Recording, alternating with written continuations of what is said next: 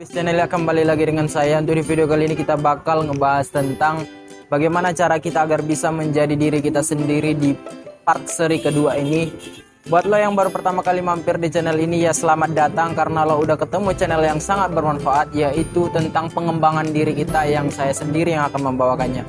Oke, buat lo yang belum nonton video gue yang pertama, silahkan nanti lihat di kolom deskripsi. Yoi berai, gue tadi habis gym dan habis cuci kereta ya, makanya keringat-keringat kayak gini. Nah itu tuh bagus sekali buat lighting ini, bisa ngilangin keringatnya dan bisa ngebuat wajah kita itu tambah glowing, man. Oke guys.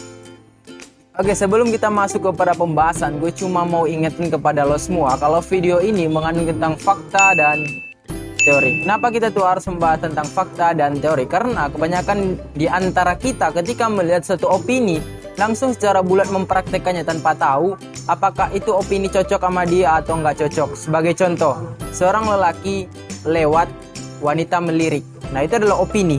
Ketika lo praktekin, lo lewat karena lo nggak ganteng atau ada faktor pendukung, emangnya lo bakal diperhatiin? Ya nggak bakal ya kan. Gue dulu adalah orang yang membaca suatu opini dan mempraktekannya. Ternyata ada yang berhasil dan ada yang nggak berhasil. Dan gue adalah korban yang unjuk gigi kepada publik. Kalau gue adalah korban yang nggak berhasil melakukan opini itu. Memang ada sih beberapa opini yang gue berhasil, cuman lebih banyak yang nggak berhasilnya, gagalnya. Jadi untuk itulah kita ada fakta dan teori.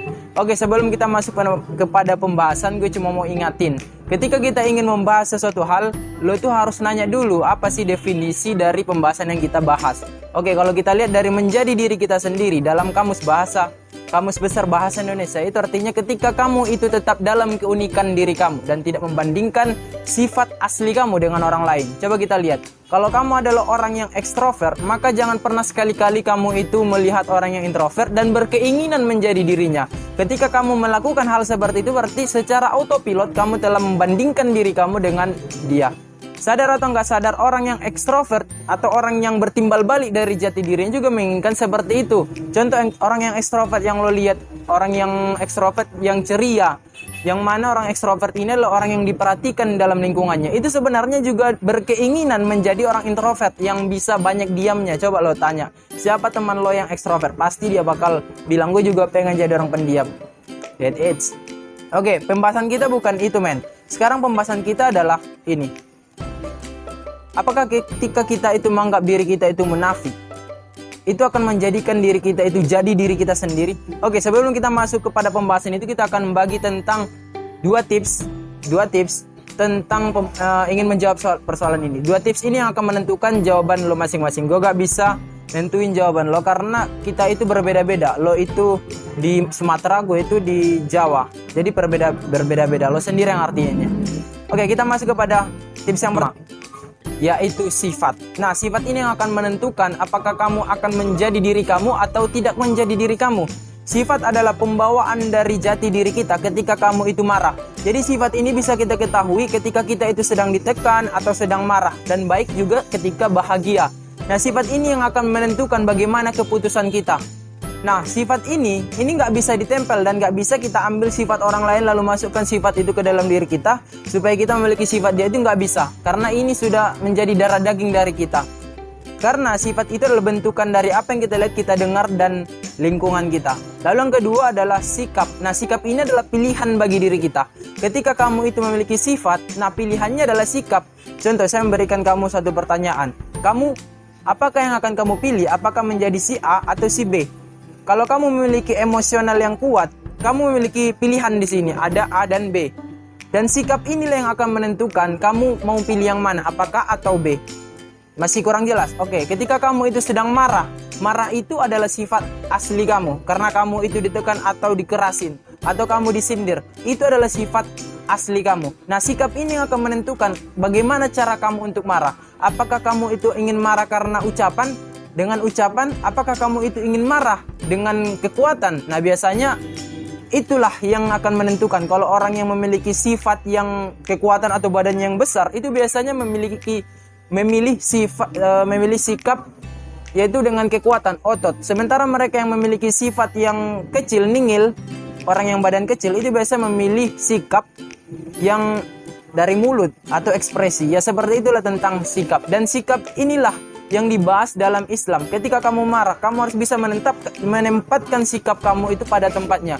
Percaya atau tidak percaya, ketika kamu itu menjaga sikap kamu, maka orang yang tidak menjaga sikap autopilot pasti bakal ngehormatin kamu. Sebagai contoh, pilih 10 orang yang berwibawa yang menurut kamu. Om Deddy Kobuzer, Pak Jokowi, apa lagi?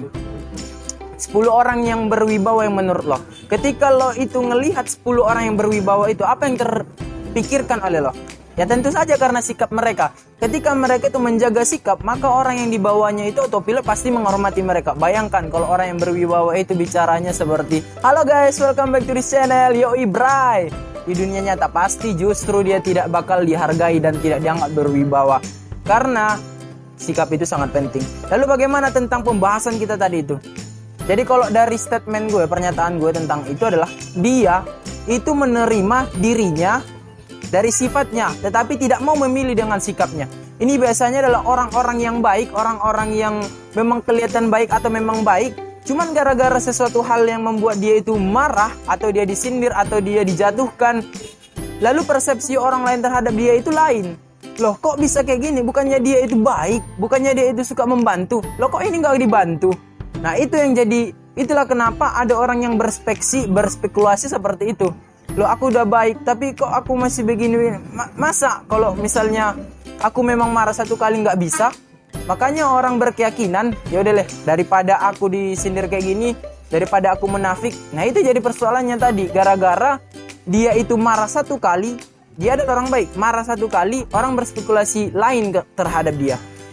Jadi lo sendiri yang bisa ngertiin tentang ini tadi.